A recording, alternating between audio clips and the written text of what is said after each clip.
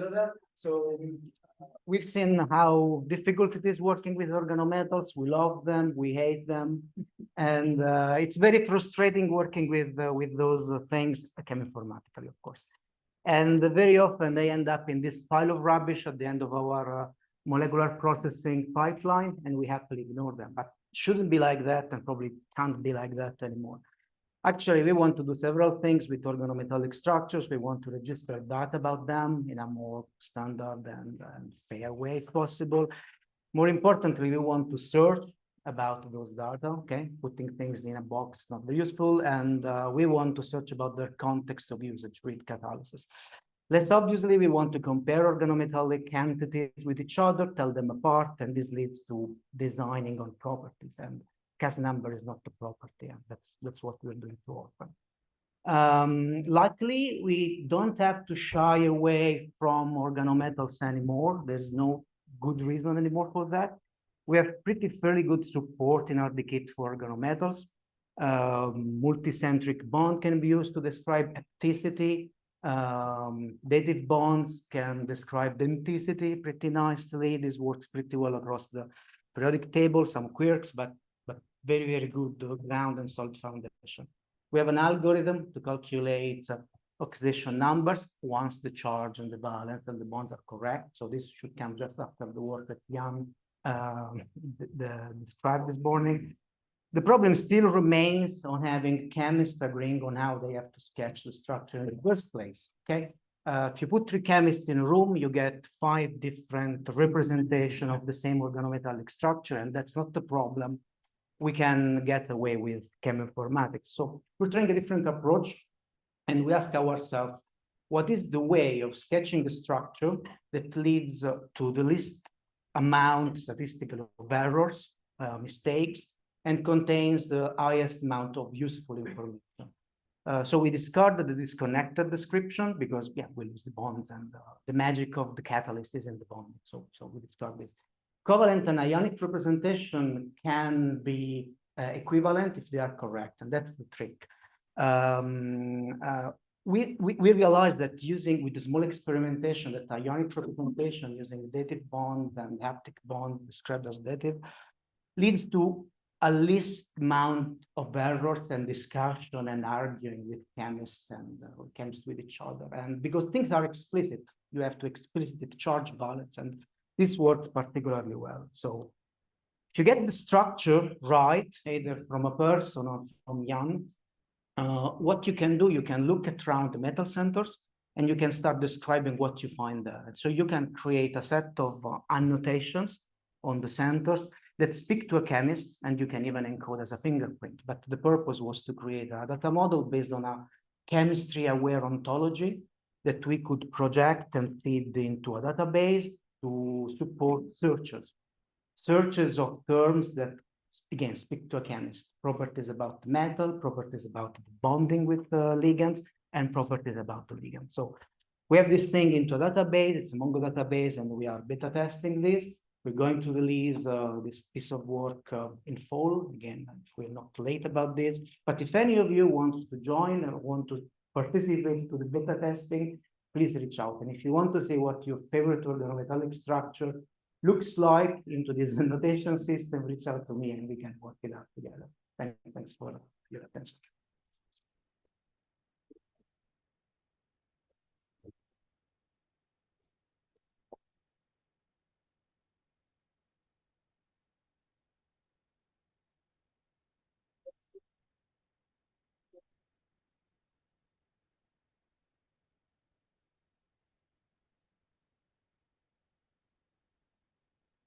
Hi, everyone. My name is Jessica. I'm a PhD student in Serina's lab, and Greg's my co-supervisor. I actually gave a talk about this at the last RDKit UGM, and I recognize a few faces, so you might recognize the first few slides, but I hope also some updates. So basically, what we're aiming for with this new concept of torsion angular bin strings is that we wanted to quantify flexibility. And this is the slide that I always start with because I really like this quote by Lemon B. Keir, who's actually saying that it's not easy to quantify it, even though we all understand that it's actually underlying lots of things that we do want to understand, like the size and composition of the conformer space. which is then also influencing molecular properties. And the thing that we started out with then is that you can actually rephrase this flexibility question by asking yourself how many significantly different conformers, by saying significantly is 0.5 angstrom different, can I generate for a given molecule with a conformer generator. And this is then where TABS comes in. So it's actually then an ensemble description and evaluation by labeling the conformers according to the torsion states of their dihedrals. And you can ask two questions. One I already just said would be that you can count how many possible labels there could be. And the other one would be very quickly, without aligning, saying, are two conformers the same, yes or no? And this is already kind of like a little preview. So what you can see on the labels, that's literally what a TABS looks like. So it's just numbers basically standing for the different states of the dihedrals. So here marked in A to E are actually the different dihedrals that are then used in the ETKDG conformer generator. And the ET stands for experimental torsions that was already mentioned yesterday. So for those, there are additional information. So we do know the torsion profiles from the crystal database, the CSD, for these particular ones. And because we have that information, we do know how many possible torsion states there are for A to E, but we can also just calculate for each conformer what the actual state is of each dihedral and assign it to the according bin. So for the orange one, you can get to this number combination, and then for the blue one. And then also, because I was talking about these experimental torsion distributions, I also wanted to show you one. So this is what you can also see in the original paper from Greg and Sarina about ETKDG. What they did was that they had these SMART patterns where they extracted the different torsion informations from the database, and they fitted the Fourier series to have this information feeding into the conformer generator. And because I have that information here, I could, for example, define two bins and then each identify if it's in bin 1 or in bin 2. So with that, it's a quite fast concept. I have two concepts actually derived. So first I have a tab. So for each conformer, I can define this label where I have a discrete vector representation of the conformer by the dihedral angles. And then I can also get to n tabs, which would then be my flexibility descriptor, but just multiplying out the different number of states I can assume. So I have an estimation for the ensemble size. But I was actually now just brushing over this because there is one big assumption if I do the calculation for n tabs like this, which is that the different torsions are uncorrelated to each other, which you probably know is in some cases not true. So for some cases, you can still get away with it. But then obviously, truly for all torsions, no. So once you start looking at this quite simple concept a bit closer, you can see that you have highly correlated systems like ring systems or macrocycle systems. And there is another big part that also gave us some headaches, which was symmetries. So both in the end result in a reduction of n tabs, one for the reason that then some tabs you could technically think about writing out will never be populated. And then the other one would be that with the symmetry, you actually have permutations that in fact are the same conformer. And this is also now just a very short preview of the results where we showed the correlation between the n tabs estimation and then the number of conformers we would get out if we would produce 500,000 conformers and then prune them with 0.5 angstrom. And it did actually correlate. So yeah, I'm already at the acknowledgement. So thanks to Sarina and Greg for supporting me through this work, and also Paul, who has been suffering through all the symmetry stuff, and then the entire group as well.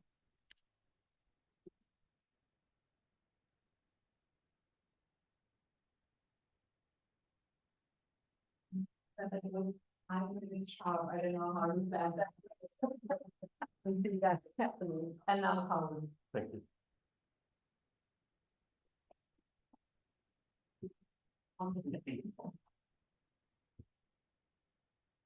So this is a quick follow-up on something that I already presented last year, which is this RDKit Office add-in, which is basically about exchanging molecules, not just as images across Office documents, but retaining the metadata, so retaining the structural information in the image itself.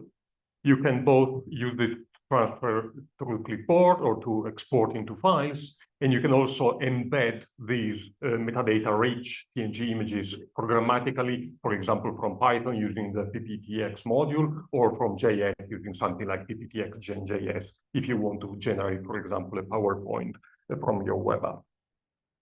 So the main issue is that the RDKit has been able to deal with this metadata for a long time, but Office strips it on export. So when you try to put this information on the clipboard, it's gone. And the same happens if you try to export to a file. Actually, there is a way around this because Office strips it on export, but actually retains it in the underlying open XML document. So if you implement a modified copy and paste functionality, you can actually retrieve that information from the underlying XML document. And this is just a quick demo that I'm going to give you about this. So when I presented this last year, it was only doing it in one direction, so you could only copy molecules. Now you can also paste them. So what I'm doing here is copying some molecules using the interactive rendering that I showed in the previous talk that I gave this morning, and copy them to PowerPoint. And you can already copy this to other chemically aware molecules like Marvin.js or ChemDraw, because they already support plain text on the clipboard, either in the form of smiles or in the form of a mol block. You can do some editing. And then you can, once you have done your editing, you can directly paste into PowerPoint as a molecule, and it will retain exactly the same look that it had in your editing application because it retains the code. And then if you later on open this PowerPoint and want to retrieve the chemical information, you can actually do that. So again, you can copy out of your PowerPoint slide into another application, do some editing, copy again into your PowerPoint document. And there, not only the sketchers support this sort of clipboard behavior, actually most chemically aware applications will support that, including Maestro, including Mo, including Flare. So what I'm showing here is just some 3D editing that you can apply on these molecules inside a 3D enabled application. Again, you can do some modifications, you can do 3D minimization, and then you can bring back those molecules to your Office document.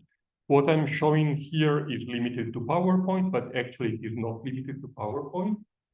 So what I presented last year was PowerPoint only because I ran out of time, but I dedicated some more weekends to this because this is sort of fun side project. And I also implemented it in Outlook in Excel. So in the next video, when this one will be over, I just want to get to the end because one nifty feature that you have in the end is that you can actually do multiple selections. Here, I'm just wasting time doing editing MOE. I could have probably cut this shorter, but I just got too enthusiastic about it, and I want to play a bit more with it. But the main point is that then you can, for example, select all of the molecules in the slide and copy all of them at once. And it can be either a complete mol block, and you can paste it again in ChemDraw, or it can be a list of dot separated or even new line separated smiles. You can actually search, for example, for a list of smiles in something like the eMolecules website if you want to directly look for building blocks or for molecule availability.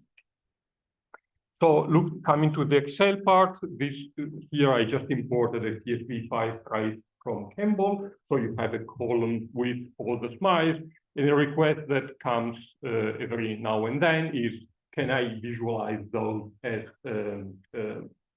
2D structures?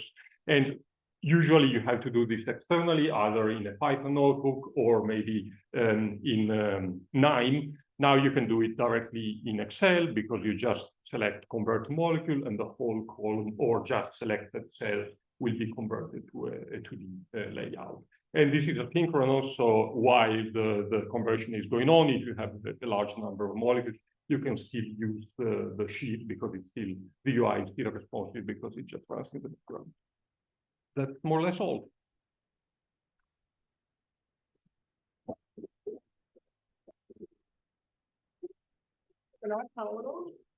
Perfectly on time. We are this year and very much later.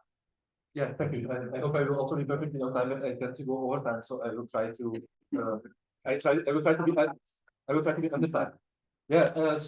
Today I'll present this like very simple but sweet approach. It's almost so simple you would think it doesn't work, but it does work. So. Most important thing when you make a new project, you have to make a good acronym. So here it was immediately clear it's a good project because it's named after Lacan, this great psychoanalyst. Okay, so what are we doing in this project? Why are the above molecules good and the below molecules are bad? Immediately it's clear there are functionalities in there that shouldn't be there. There's peroxide in there, there is a haloamide in there, there is a hydrazone amide in there. Those are all things you can make them, but you don't like them. You don't want to put them in humans. You rather even don't want to make it in humans. So what's the easiest way to find it? That's simply by basically you look at the bond interface, you inspect the two fragments, and based on their occurrences in a reference set, you can say this is rather good or this is rather bad. Yeah, that's basically what I described here, but let me show it as a picture. So let's say, for example, you take a molecule here, that's methamphetamine here, you get it in every possible place. So you have always two pairs of fragments. Then you look at it from the ECFP1 point of view. You can see we leave even a dummy there. So that it really knows there's a cut bond there. And then you basically populate a co-occurrence matrix. So for example, you will here know that if, let's say, fragment 1 and fragment 2 occur together, it co-occurs at a lower than expected rate, and this we basically just use the filter. So if it's under a certain threshold, we say, okay, we don't want that, and all the rest we replace. And it's as simple as that. Actually, this is how the real matrix looks.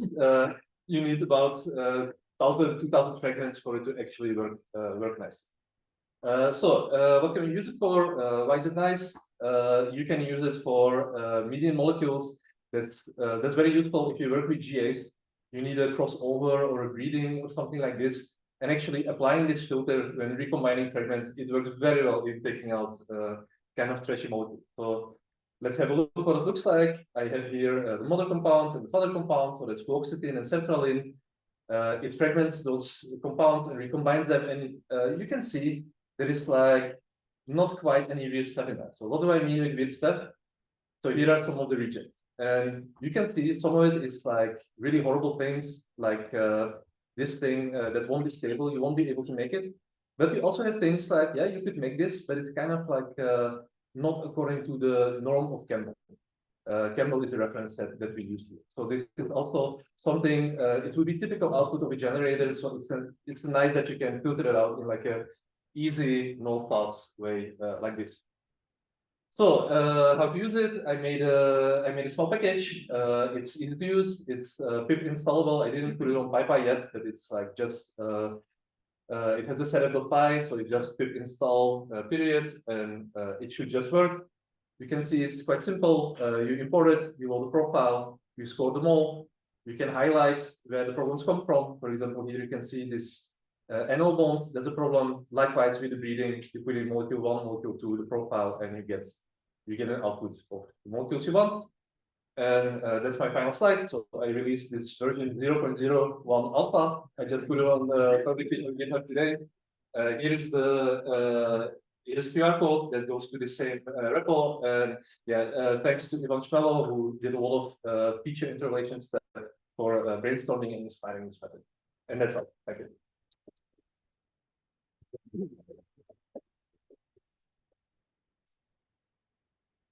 Hello? Come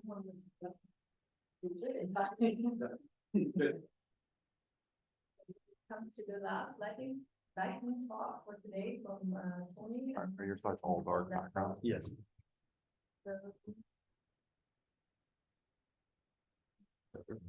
Don't forget. Dark mode doesn't mean Hi everyone, my name is Antoine, and today I will give you a short overview of our open source consensus virtual screening software called DocMate. So as a short introduction, as you probably know, structure-based drug design is a critical part of modern drug discovery, and consensus molecular docking has been shown to improve virtual screening performance in several different studies. And I am a medicinal chemist, synthetic chemist by trade, so please forgive any shortcuts here, but essentially open source software, in my experience, is free and it's transparent and it's collaborative, which is fantastic. But in my non-programming experience, it often requires at least using the command line interface or some level of programming.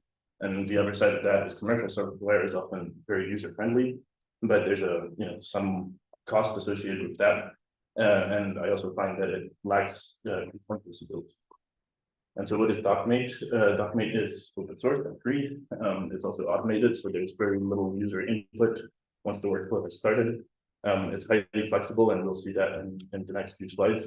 And hopefully also you'll find it's user-friendly, both for computational chemists like yourselves, but also medicinal chemists.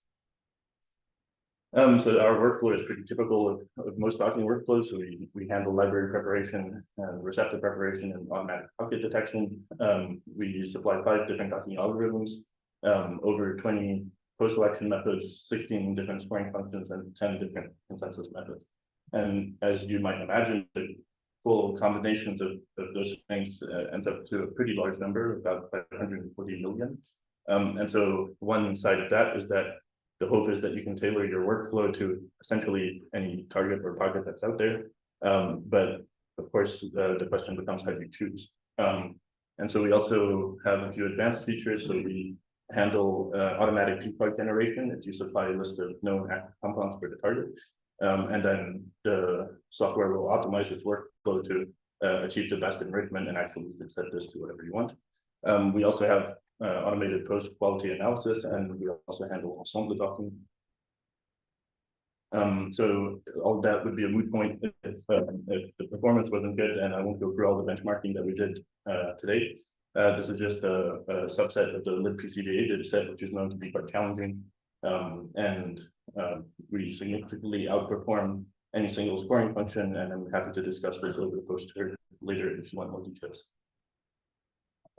We also supply a single GUI that's powered by Streamlit, and this is for the medicinal chemists mostly. But of course, you can also run the software via the CLI, or Jupyter notebooks are also available. So the future is hopefully the continued development of DocMate, which is version 2, which is currently in development. So we want to include active learning so that we can hopefully start screening very large libraries on fairly small computers. We want to revamp our GUI, potentially a web app. We want to include machine learning or AI enabled and GPU docking, automatic structure retrieval from databases like the PDB or AlphaFold. So yeah, in terms of availability, so the preprint is out, and the code is also available on GitHub. You can find that also on the poster if you don't have time to scan the QR codes here. I just have a short acknowledgement slide, and then thank you for your attention.